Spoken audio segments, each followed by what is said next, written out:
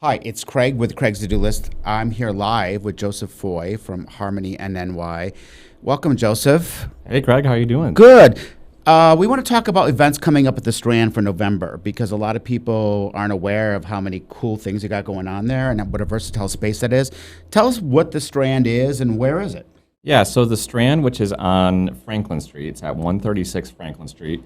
Very new venue. We just opened January of this year, so 2025, hasn't been that long, and it's a newly renovated space. The Strand, which was originally a movie theater back in the early 1900s, has gone through a lot of iterations, including a nightclub, got renovated, and now we've opened it, and Harmony runs it, and we're doing it as a performing arts space, so music and dance and film and everything like that.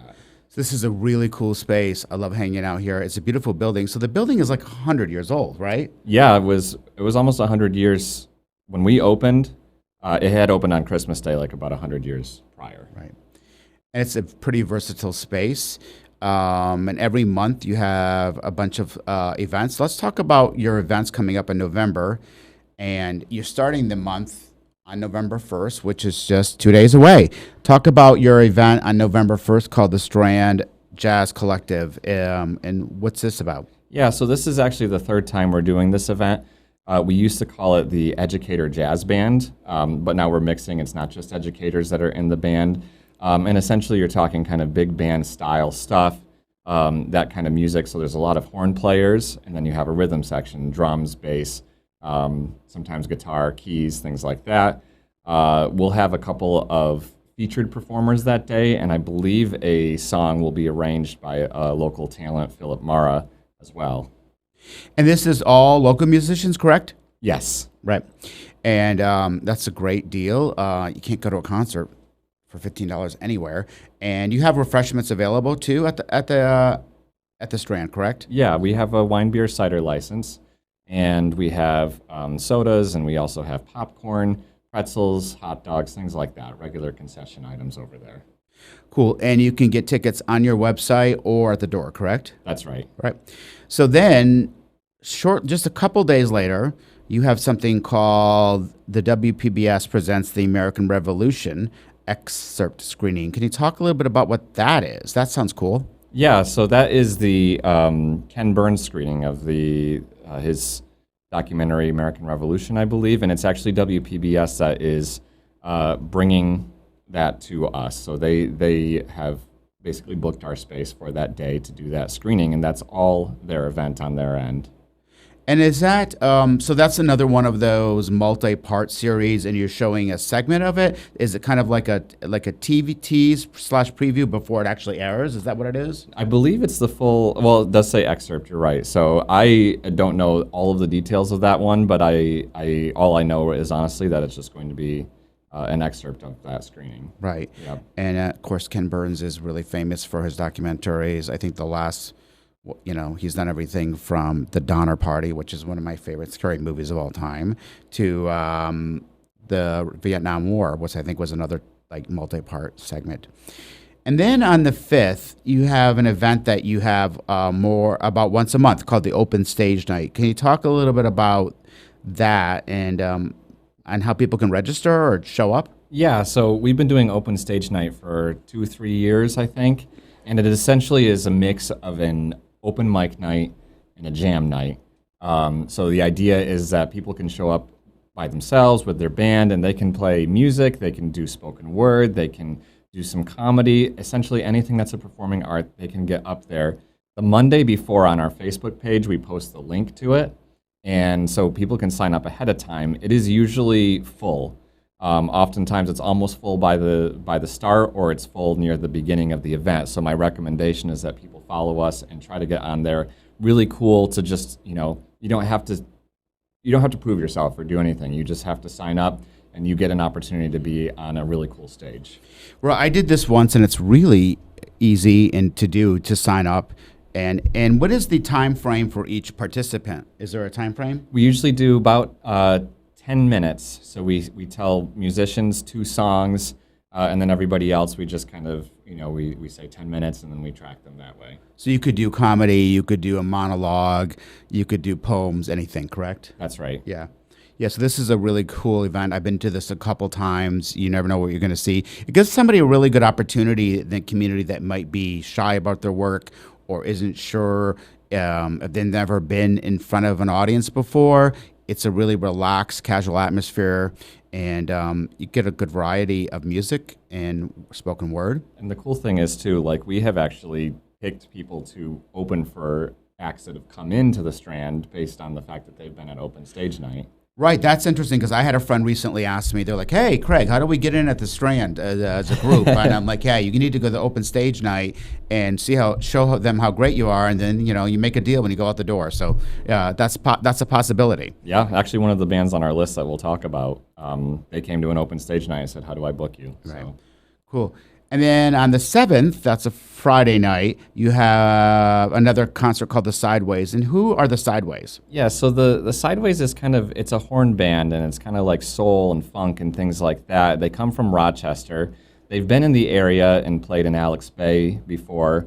I'm not sure if they played directly in Watertown, but there's a lot of people locally who really like these guys, and if you give them a listen, they are phenomenal in their talent.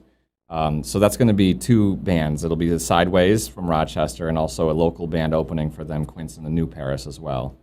Cool, and that starts at 7 o'clock. And those tickets are how much? Those tickets are $15. Right. Again, Yep. a great deal for a concert. Yep. You can't even buy lunch for $15. Cool. And then you have another event coming up on the 9th, which is brand new. You've never done this before, and I don't think the North Country's done an event like this. It's called the Grown Up Book Fair, which I think it means no kids' books. I don't know what grown up means, but talk a little bit about this event. This is new. Yeah, so like those who remember the Scholastic Book Fair at their schools, at least that's something that I had when I was younger, and you'd go to them and you get to pick out a couple books and things like that. There'd be other things. That's kind of the idea only for grown-ups, right?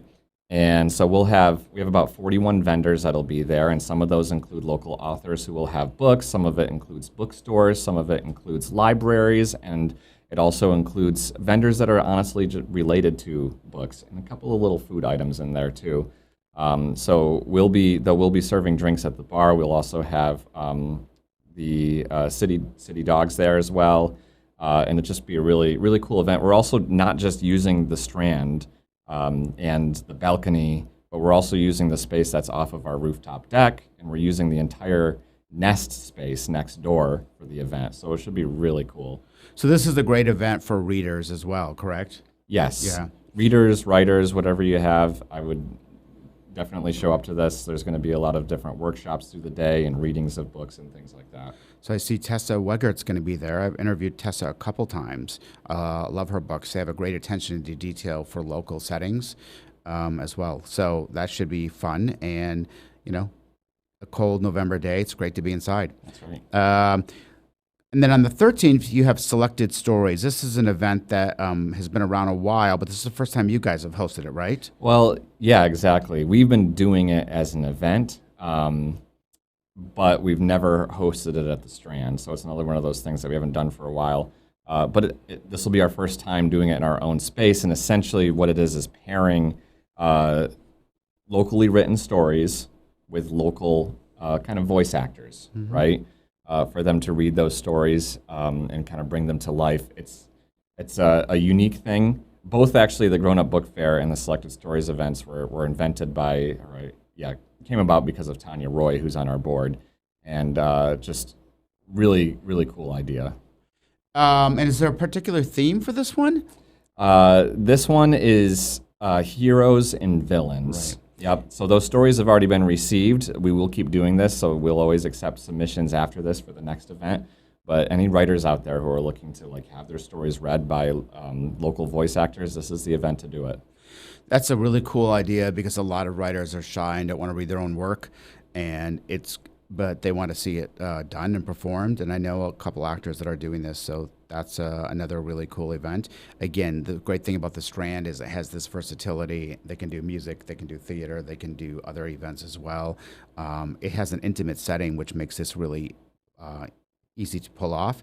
Then on the 15th, Dog Hill Road Band. I'm really liking the name of these. The Sideways, the Dog Hill Road Band. It's like the dysfunctional band names or something. What is the Dog Hill Road Band? Well, they're the ones who came to our open stage night. Once we started them at the Strand, they were there, and they're a bluegrass band.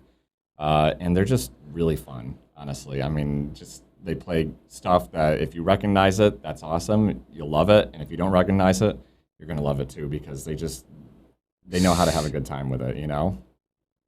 Cool. And that is at 7 p.m. on November 15th.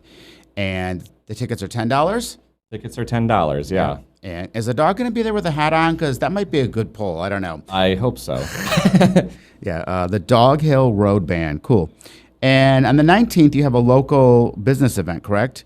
Yeah, so the Chamber of Commerce is using our space for their Business of the Year awards. We're also very excited because we're one of the contenders for the nonprofit one. So we'll be there, obviously, because it's in our space, but there's 9 contenders. There's 3 in 3 categories, essentially. So it's to celebrate them. It's to find out who wins these awards with the Chamber. And also there will be a band playing after the award ceremony as well. Oceans Below will be there to close out the night. So is this a private event? It is not. So you can still get tickets from the Chamber's website, and it's just tickets are limited, honestly. Right, because of so many businesses wanting to participate, I'm sure. Yes. Right. And then you have an event Thanksgiving weekend called Small Business Saturday. Is that that's a local event, right, through the whole downtown Watertown area? Yeah, Right. Watertown first reached out to us and wanted to know if we'd be a venue. So we'll have some music. We'll have a couple of vendors as well. We're trying to keep them kind of related to the arts or the performing arts to the best that we can.